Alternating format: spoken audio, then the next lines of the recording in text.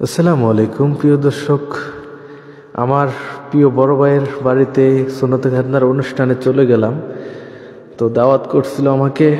তারপরে আমার পার্শ্ববর্তী গ্রামে আমার ভাইয়ের বাড়ি, তো আমি তো থাকি কুমিল্লাতে। তো আমাকে ইনভাইট করার পর আমি চলে গেলাম সকাল ভোর 6টায় রওনা দিয়ে।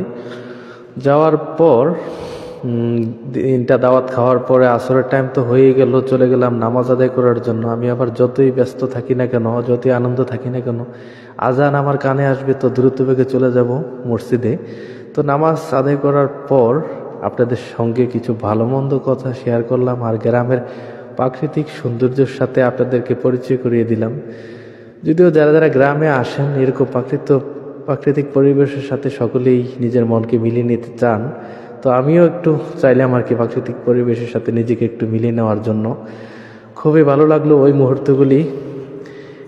একদিন এক রাত থেকে আমরা চলে আসলাম কুমিল্লাতে আবারও। বেড়ানোর যখন যাই তখন ভালো লাগে, আসার পথে আর ভালো লাগার মন চায় আরও কয়েকদিন থাকি। আত্মীয়দের বাড়িতে নিজের গ্রামে ঘোরাফেরা করতে অনেক অনেক ভালো লাগে।